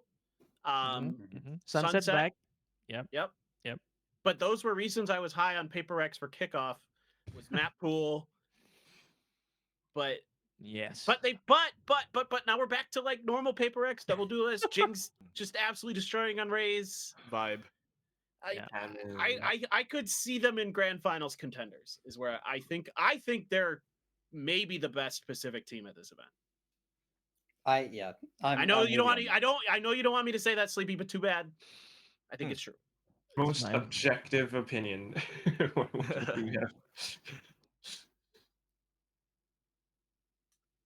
What about you, Black and Blue? I think that's fair. If anything, they'd be like in the bottom tier of the grand final contenders for me, just because we've seen them, yes, go to the grand finals in the past, but we've also seen them come off of a strong regional performance and then kind of just make it midway through an event. And so I feel like that could happen here, unfortunately, just because it was shaky for the most part of stage one. Yes, they figured it out in the end, but was that enough for them to really have Patman be at the level that they need him to be at the international level?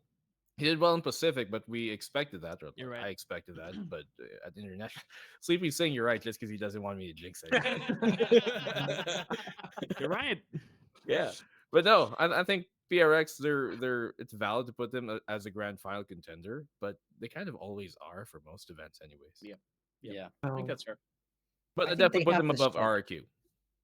Yeah, Yeah. I think PRX have this unique like tournament quality to them, where it's like the style of Valorant they play. Everybody in the world hates playing against it because I've said this before. Like when we would have to play against Paper X, you can't ever practice to play against Paper X because no one else plays against Paper X. Like so no one else plays like them, and now they're kind of leaning heavy into that style. Like I just think they have this kind of magical tournament quality to them where I always believe that they could make it. They're finding form. They're enjoying each other's company once again.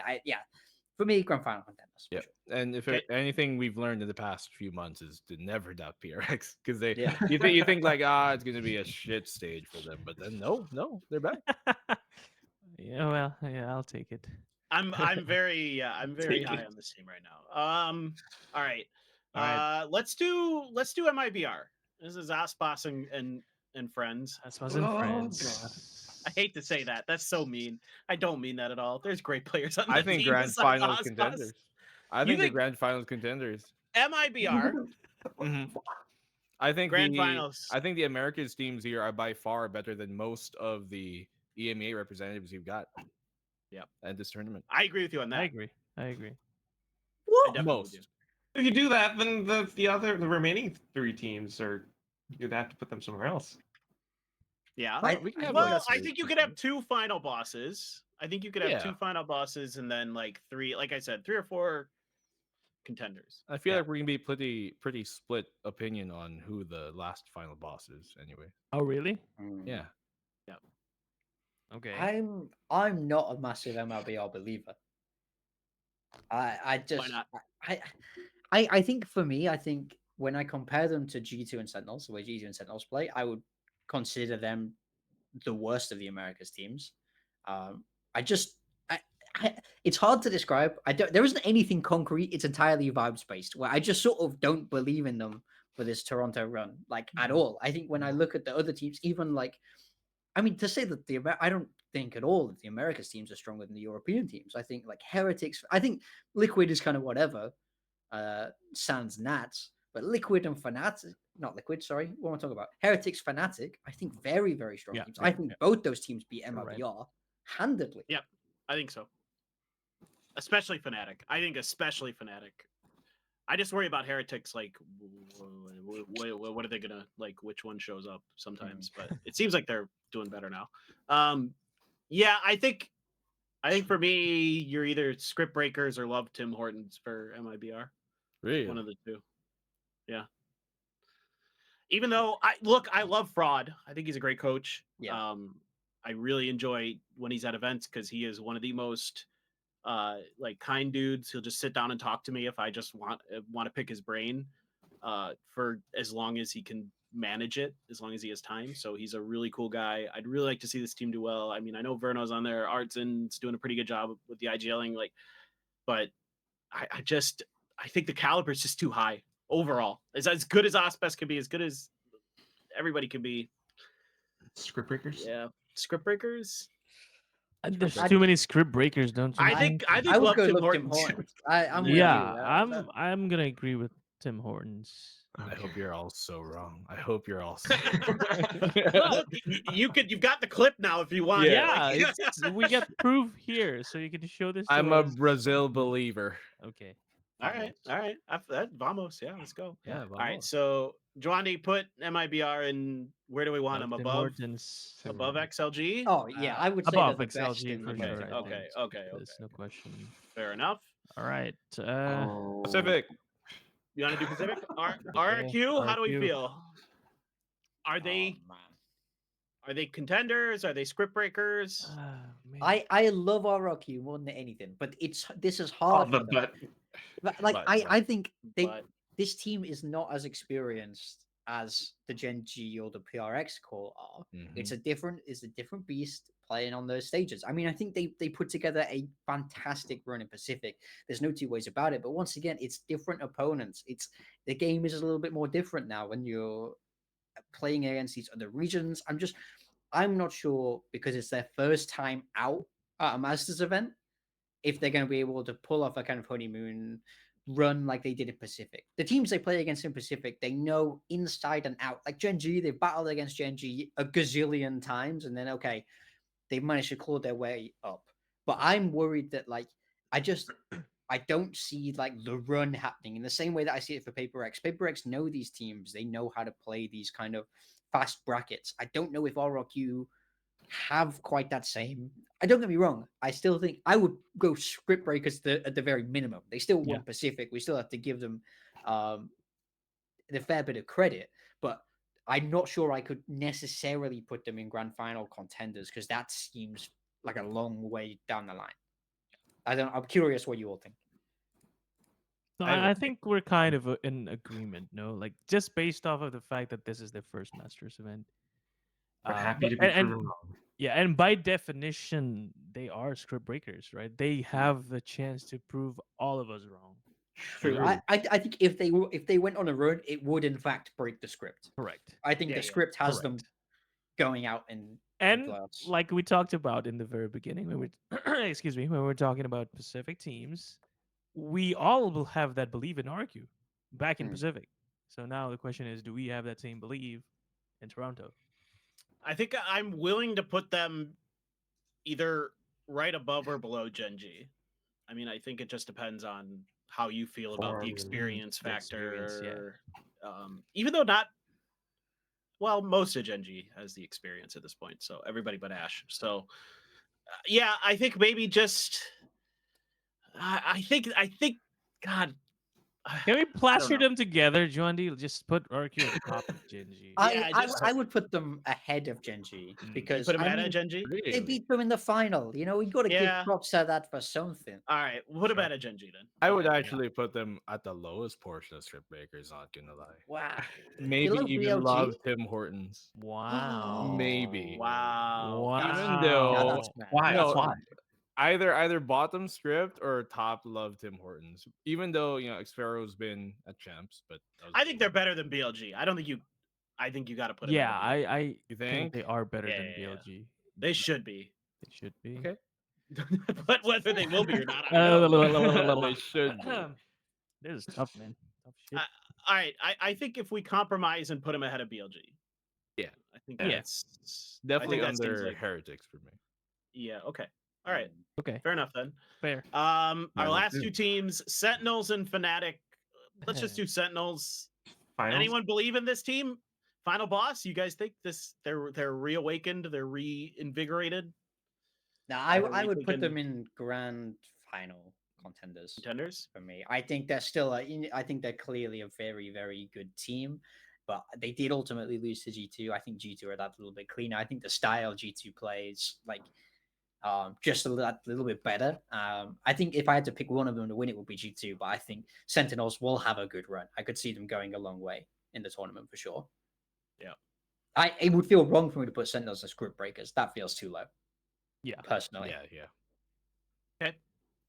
I'm fine with that, but I'd Agree. like to see them behind Paper X. I don't think they're as good. Yeah, I can get behind that. Which means Yep. Fnatic would Fnatic is the be- Fnatic, final. are they final bosses? boss. Are they For final boss? sure they are. I Are they think they are, back? man. This is They are. 2023 or 4, whatever, 2023 when they were dominating. I mean, they are dominating now in EMEA. Yeah, They just won Yeah, in but- EMEA. 3-0. Yeah. How do you pronounce his name? Kayak. Kayak. Kayak. Kayak. Kayak is Kayak. Yeah. fucking monster, no? Like, He what is. is that performance? But is that going to keep up? But then, okay, even then, even if he's not there, the other 4 players on the team are Boaster, Crashies, Chronicle, and Alfire. Like, Yeah. look, what do you mean? There's no weakness there. Yeah, but Alpha's been really struggling though. how many times have we seen them win EMEA stage and then just not do as much at the international? Oh, that's fair. You're right. So They you won wouldn't put them in EMEA final boss? so many times, but how many times have they actually won Masters? Twice. Yeah. When if they in 2023? Obviously, lock-in's an aberration because it just happened. There was no lead up to it. When They should have won Lock-It as well. That's like a separate point. But What Fnatic? They did. They did. oh yeah, sorry. No, I've got it Yeah, the wrong way around. I was going to say they should have locked. But then Tokyo, right? Did they that one is, win? yeah. Did they win EMEA leading into Tokyo? I don't remember. That's I know they won Tokyo because I check. was there.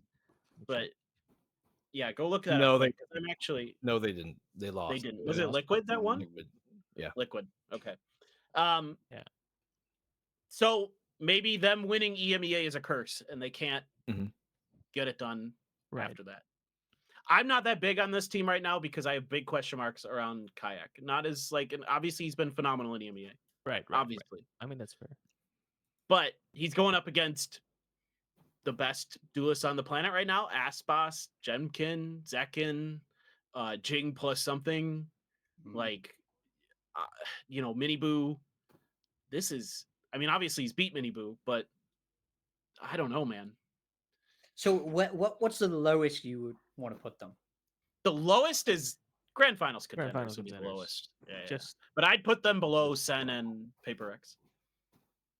Is where I'd stick them. I put them in between. In put between. them on the left. You think they're better than? Don't Well, believe Sleepy. yeah. He's just saying Yeah, that. yeah, Sleepy, you don't.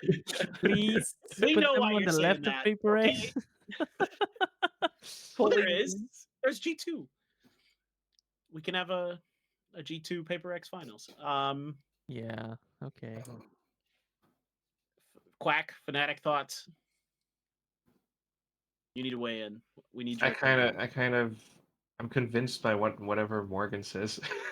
So Morgan is talking sweet nothings into Quack's ear. I feel like it's And like he bought left it. of- either left of PRX or final Right of boss. PRX. Or Left final. of PRX, I think. Okay, so we've got a couple that are saying left of Paper X. All right, stick them there then. That's the. I will trust the process. I think if Great I job, think of the players. 2 teams who are most likely to win this event, in my mind is G2 or Fnatic. I Nah, think bro. those are the top 2 teams in this It's gonna be event. Pacific back to back. Oh, Oh, I'd love the it. thing is I'd not letting love us it. do this. Sorry. okay. Yeah. Sorry, Okay, guys. stick it there. All right, I think we're good to go on that. Oh, we're gonna get so much hate. Oh, Can no. we For just an- pose, guys, so people can clown on us when they see this? I mean, when they take we're some pictures? Yap to Asia, and we've kind of ranked our own Yeah. teams. All right, good enough. So good shit. There's got to be one in Well, there. Okay. no one can accuse us of being biased, at least. Yeah. Necessarily from all this. That's Yeah. true. Objective. Our Toronto, or not our Toronto, our Bangkok list was very not Pacific biased. We were not.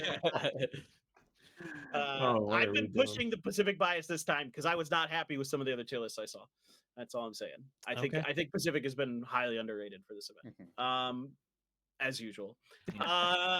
So I think we gotta get done here pretty soon. So finally, it is the 5th anniversary of Valorant. So happy Yes, birthday, sir. Valorant. You're going to kindergarten now. Congratulations. Real quick, just like from each of you, I want to get your favorite memory from Valorant from these last 5 years. So I'll give you a second. I think for me, it's easy. It's casting the finals of Masters Bangkok. Yeah, that's definitely the high point. So I have an easy one. Anybody got a good one? Oh, there's First Strike. Oh God. Look at your eyebrows, man. Yeah, dude, I know. We had to wear masks because it was during COVID, right? And there's me and Achilles with Stacks and Ending Life is a guy who used to do a little casting here. Nice. Korean. Black and Blue. How about you? Let me think. Maybe when I saw Quack save a life, because then Shut up. you know, Valorant related. I was like, that dude's going to heaven, you know. Yeah. No, but I mean, he saved a Morgan life. doesn't know this. He saved a life at the zoo, at the Bangkok Zoo during Ascension. There's a little child who could only speak Chinese, asking like, "Where's my mama?" and all, I assume. And he was like, he said something in Chinese. He's like, maybe your mom's over there. So he saved a life. You know? What a nice young Saved the man. kid. Wow. He's going to heaven. Beautiful He's our person you are. Saint Quack. Yeah. Saint Quack. Speaking of then, Saint Quack, nice. Oh my God, Black and Blue. This is some hot stuff. Look at that. Wow. Hot stuff, man. Some hot What? stuff. Damn. You know, funny story. I guess I can tell it now. I don't care. I was fired before day one before this thing. Wait, Oh, what? no. Yeah, because there was, I won't name names, but there was somebody who did not want me there from like the bureaucratic side of stuff. But ultimately, the people behind the production and the casters of other towns were like, no, we want B&B back. So they hired me the very day after. Damn. Sweet. Thank God. Solidarity. Thank God. Love it. Jesus. I hate God. Sometimes I hate being a caster, man. Oh, Like, yeah. the stuff that goes on behind the scenes Yeah. sometimes just makes me crazy. Yeah. Are you Yeah. sure you're big time? Are you okay with hearing these type of stuff now that you've joined this side of the? Yeah, I mean, there's so much. Welcome it's to like, the it's fucking like show. It's like Game of Thrones. As soon as you get backstage. Okay, at least you're aware. So Yeah. you know. It's not That's fun. Quack. I guess my favorite memory. There's just so many, but I think Ascension Bangkok probably was pretty nice. Yeah. Just That was meeting a lot of fun. everyone. Because that's like also the first year of Pacific. But that's like I think the first time I actually met so many of the people that I've casted with and everything, like Black and Blue. And my girlfriend there. That's pretty sweet as well.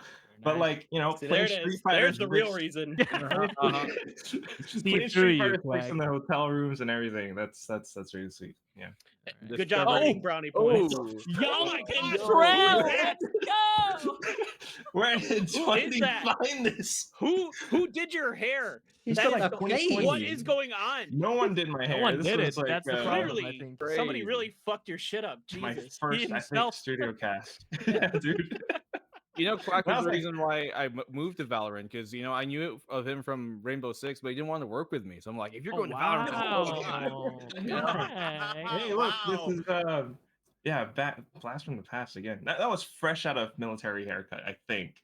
Oh, so that explains. That makes sense. But now this I is understand. like Okay. Zexby was on SMG, JD Faker was playing, and then he moved to Was this manager. the roster with Oh, JD Faker or That is Ching? JD Faker. Yeah, well, JD Faker's I think with Was that PRX. Marquis? This is like way ages ago, and yeah, Marquis was Okay. casting with me. Marquee. Right. Right there. Very Okay. nice. All right. Very All right. nice. Cool, All right. cool, cool. Big time. I think for me, I think it's when I got my first win in Korea. So 2023, I think we were against Talon, I want to say, but it was Yep. it was like the culmination of like, I obviously had to like uproot my life, right, to go live in Korea and go live with these teammates that I'd never met before, and it was like, finally, we're not the worst. Like, it was sort of a feeling of relief, and like, sort of hard to describe, but that feeling of winning, it's like me and my team, you all work really hard, right? And you know the people on the other side work really hard. So then when you come out on top, it's like losing is so crushing, but winning is so euphoric. So that first win in Pacific, where it's like, oh, okay, like maybe this could work. That was just the best feeling ever for me. Awesome. Do we have Yeah, a video? You have a video for that? I think I'll put you on the spot there. was Rossi playing for you guys then when you guys won? First year. Ooh, Was SK Rossi let's playing? look. I actually can't remember. I think no. Okay. So it was Bazzi, Texture, Monyet. SK, no, he played. He played. Rossi's, Yeah. I Oh, was he gonna say was, because okay. I Yeah. distinctly remember talking to him after that game and how Right. just ecstatic he was. Like he was Yeah. so happy. All right, Sleepy. Last but not least, what Paper X memory do you got for us here? I mean, it is a PaperX memory. I think it's gotta be Masters Tokyo. We did not win that. We've never won anything. No, you won. No, you won. You won Sure. Pacific. Yeah. Whatever. You but reverse swept the RX. Whatever. Okay, all right. Yes, we did with something. No, but Masters Tokyo was great because I think it's a combination of things. Obviously, the miracle run of not having something there but still managing to get third place was good. Yeah. Japan is always lovely. I love Japan so much. And the story of CGRS and that, Pearl Cove clutch, whatever. I think because I lived with CGRS when we were in Seoul. So we got kind of close, and I totally remember like there was one time we were just having a conversation in the dinner table, and he was just telling me how much he wants to play, right? And so getting to see that actually happen, him becoming the superstar of Masters Tokyo, getting a freaking documentary named after him, The Sixth Man. It was just like a very emotional moment, and definitely unforgettable. So Masters Tokyo for me. I was casting that match. Yeah, there you go. I remember was that. good. Yeah, That that was was good. insane. Dude, it's that sleepy. Oh, what the hell? Who is that? Oh my god, how old are you there? Was that the hairband? Like, Yes, I Yeah. got a hairband on me. This was when we won VCT Stage 3 back in 2021. Oh, there's Sun too. Oh my god. Yeah, Son, Bella, yeah. Uh, So nice. yeah, I used to coach Xfero. I don't know if you know this, big time. And Xfero has been solid since back then. And Yeah. we actually almost made Berlin, if not for none other than Team Secret, or as we knew them back then, Brand Esports. Woo! Oh, yeah. Fucking hell. Yeah. I could have been a Berlin coach. I You were remember almost there. I remember interviewing Sleepy like Oh yeah, I early remember on, that. and then we were like, "Why does this dude speaks English so well?" That's your question? Yeah. And then we were like literally Googling during the panel, like Sleepy Studios TV. I'll take it as a compliment. Who is this guy? I'll take it. But it was Yeah, fun your to meet English is suspiciously good, Sleepy. Yeah. No, it's not. Just a lot of Western movies growing up. And Fair enough. yeah, there you go. But that's All it. right. All right. Well, I think we're gonna wrap this up. We're hitting our I time have a, limit. I have a real go quick ahead. Make it story fast. from the weekend. yeah. So weekend there was Oh, an God. event over, lots of people, right? The Philippines, Zed came over, saw Zed. Very what cool. the- Anyways, yeah. Okay. So lots of Valorant people there, and so a dude was talking to me, right? Just talking to some dude, and he was like, yeah, you're one of the Valorant guys, right? My friend said you do Valorant stuff, like et cetera, et cetera. Eventually, the topic came over. He was like, yeah, there's some podcasts I listen to, but the only real one I listen to is the VALORANT podcast. You listen to that? I was like, buddy, you're not gonna believe what I'm about to tell you. I love, dude. Damn, that's fun. I mean, I love the compliment, And I'm sorry, he has no idea who any of us are. Like, there's clearly. I'm That's gonna assume cool. he's maybe like Dude. a Spotify listener. So Okay, real quick, I got another funny story. One of my friends back home is an engineer, and he works with like this kid who loves Valorant esports. And come to find out, they figured out that they, my one of my best friends from high school knows me, obviously. And so like he started talking to him, and then this kid like came up to him and he's like, your friend kind of sucks at predictions, and like showed my prediction rate from this year. I'm like, what the fuck? Come on, I'm like getting dunked on all the way across the globe. Come on, beat man. it, kid. Wow. My That's friend had to awesome. tell me. He thought it was hilarious. I'm like, yeah, of course you do. It is hilarious. Yeah, It is that's kind of cool. funny. But anyway, Uh, all right. Sorry, Yes. one more. Joandy, Oh, I go don't know if ahead. you have this at hand, but we did also have an event yesterday celebrating Valorant's 5th anniversary. invitation? I just want to do a quick check, Joandy. Do you have the thing that I'm talking about? You know what I'm talking about. Yeah. Yes. Okay. So PaperX, we have opened up a new division yesterday at the party. So Joandy, you would do the honors of showing what's up. DJ We have division? DJs now. Oh. So yeah, that's something to look forward to, guys. The You next should've- party, Valorant? the next party you'll be at. You should have came to our event. You know, we had Zed over. We Yeah, had okay, BB all right, Nomad. fine. You win, black and blue. No, I'm saying it would have been a nice show. You know, I know. It would have been fun. But yeah, What this is is going cool. on with your raise on that picture? Oh, so the story for this is they actually drew personality. Yes, I'm glad. You got that. So they drew personalities from the Indonesian community that's sick though. into this mural. Okay. Who's the big So- blue one? The big blue one? Yeah. Oh, the one The at the back? top. That's Yeah. Kitsune. So Ah, there's like a Kitsune. creator in Indonesia named Kitsune. That's her style. So it fits That's perfectly with the awesome. Viper Awesome. look. So Nice. it was a nice Okay. event. Meeting old friends, old people. Oh my Very god. good. Good. All right. Where's Very Sleepy? good. Oh, that's a good quality picture. Where's Sleepy Studios and all that? Yeah, where's Yeah. Sleepy on this? Yeah. You didn't make the mural? Gonna make the Yeah. cut. No, You make the cut. Damn. no. Just yeah. Feels bad. All right. Feels bad, All man. right. For real though, we gotta shut this down. We're running out of time. Yeah. Quick shout out to the Matagi Snipers, my boomer bros. Let's go. Good games. Mhm. Love to see it. Love to see the people of all ages enjoying esports. Something that makes me very happy. Very happy. And yeah, that's gonna do it. What episode number was this? I don't even remember. Are we 11? Is 11? 12. 12? This is Wow. 12. A dozen episodes of Dozen. YAP2ASIA in the books. All right, so for everybody, we are going to close this one out. Thank you so much for tuning in. Make sure you guys check out Masters Toronto, and we'll be back when we all have free time again, I guess. Thanks again, Yes. BigTime. Thanks again, BigTime, for joining us, man. We really appreciate Thank you it. for having Morgan. me. Thank you. Yeah, we beautiful. really Love you appreciate it, all. man. And we love having you at Pacific. So we'll see everybody when we see you. Bye-bye. Bye.